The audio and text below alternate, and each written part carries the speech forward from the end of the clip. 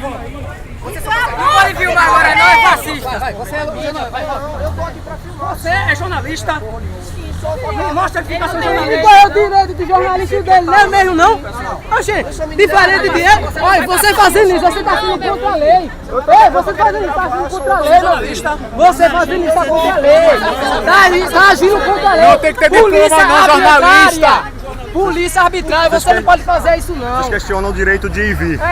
Como é que pode? Aí quer dizer que nosso amigo aqui que tá filmando só porque ele tá com o microfone e uma câmera aqui maior do que a nossa, ele tem um melhor direito do que o nosso? Pediram pra gente sair agora pra sair Polícia arbitrária! Polícia arbitrária! Eu tô tentando passar Polícia é pra aqui. ladrão! Eu tô tentando passar aqui pra poder cobrir o ocorrido aqui. E a Polícia Militar do Estado de Pernambuco tá me impedindo, censurando a medida independente. Trabalha um blog, então? Sim, trabalha. Quanto blog? É o